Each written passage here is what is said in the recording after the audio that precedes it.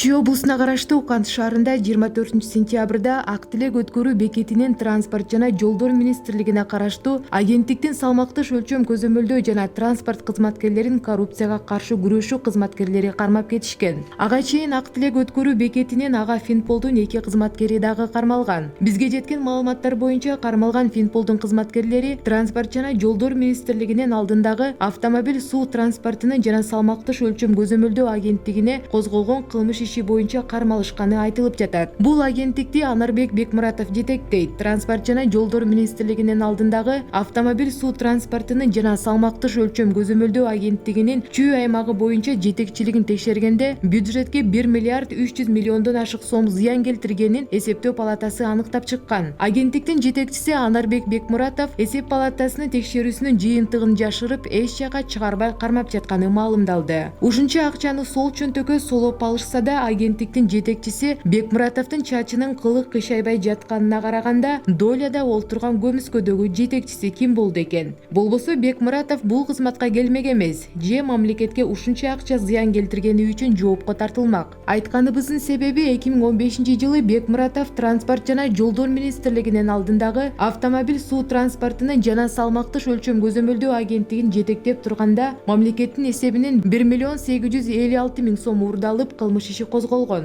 Буга жол берди делген агенттиктин директору Анарбек Бекмуратов менен бухгалтериянын кызматкерлери жумуштан бошотулган. Кайрадан экинчи ирет бул кызматка Бекмуратов Жамшитбек Калилов сунушу менен дайындалган. Бекмуратов дайындалгандан кийин жоголгон акчанын айынан өзү менен кошо кызматтан кетирилген башкы бухгалтер Жумагүл Сайбекованы жумушка алып жатат. Бекмуратовду кызматтан кетирген экс-министр Арген Малабаевга кайрылганыбызда коррупцияга каршы күрөш кызматы жана Финполдон келип текшеришкенде 2 миллион сомдой акча жоголгону аныкталган. Агенттиктин жетекчиси менен башкы бухгалтер экөө жок адамдарга айлык төлөй беришкен. Экөөнү тең кызматтан кетип кылмыш ишин козголгон эле. Бекмуратовду бул кызматка кайра жолотпош керек эле. Карышкырга кой кайтарткандай эле болуп жатпайбызбы, деп билдирди Малабаев. Үйрөнгөн адат калабы, уйга жүгөн салабы дегендей кайрадан кызматка келгени менен жогоруда айтылган миллиард сом ашык акча чындап эле жоголгону анык болсо, кылмыш иши ачылбай жатып жабылып калса, анда көмүскөдөгү жетекчиси үчүн Бекмуратов табылгыс кадыр окшойт. Эскерте кетсек, транспорт жана жолдор министрлигинин алдындагы автомобиль суу транспортунун жана салмактыш өлчөм көзөмөлдөө агенттиги өлкөдө ичинде жүргүнчү ташыган каттамдарды жана эл аралык каттамга жүк ташыган унааларды жана салмактыш өлчөмдөрүн көзөмөлдөйт. Жогоруда айтылган жагдайларга байланыштуу факт кежи транспорт жана жолдор министринин орун басары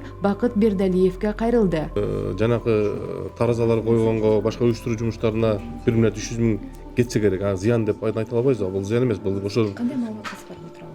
мамлекеттик Маалыматыңыз бар сизде? 1 миллиард 300 боюнча менде маалымат жок экен.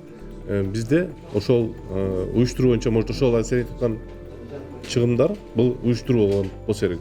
Бул ГАВТ деген бул именно бизде жанагы салмактык жана башка лицензия бере турган бул агенттик да, салмактарды текшере турган, жолдогу жанагы октук немени басымдыкты ар бир бизде азыр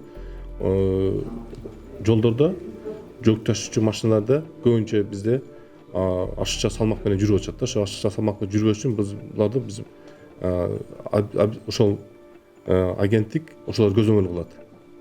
Аларга ошол жерде булардын салмак коюлгонго, уюштурганга ошого кетиши мүмкүн. Так чыгым кеткен чыгымды муну зыян деп айтыш мүмкүн эмес болсо керек, ошондой ойлоп атам.